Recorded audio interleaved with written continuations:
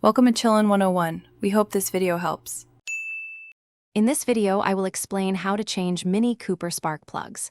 First, gather your tools, including a spark plug socket, extension, ratchet, and a torque wrench. Make sure your engine is completely cool to avoid burns and ensure proper component handling.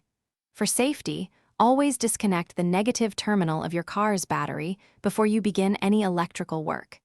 This prevents accidental shorts and protects your vehicle's systems.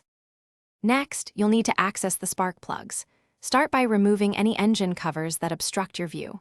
Then, carefully disconnect and remove the ignition coils, usually held in place by a single bolt or clip.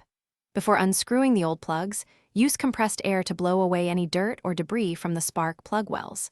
This prevents contaminants from falling into the engine cylinders. Now, use your spark plug socket to gently loosen and remove each plug. Now it's time to install your new spark plugs. A small amount of anti-seize compound on the threads can help prevent future seizing, but check your plug manufacturer's recommendations first. Carefully thread each new spark plug into its port by hand to avoid cross-threading. Once snug, use your torque wrench to tighten them to the manufacturer's specified setting, which is typically around 20 to 25 foot-pounds. Finally, reattach the ignition coils and secure any engine covers. With the new spark plugs installed, reconnect your car's negative battery terminal. Start the engine and listen for any unusual noises or misfires to ensure everything is working correctly.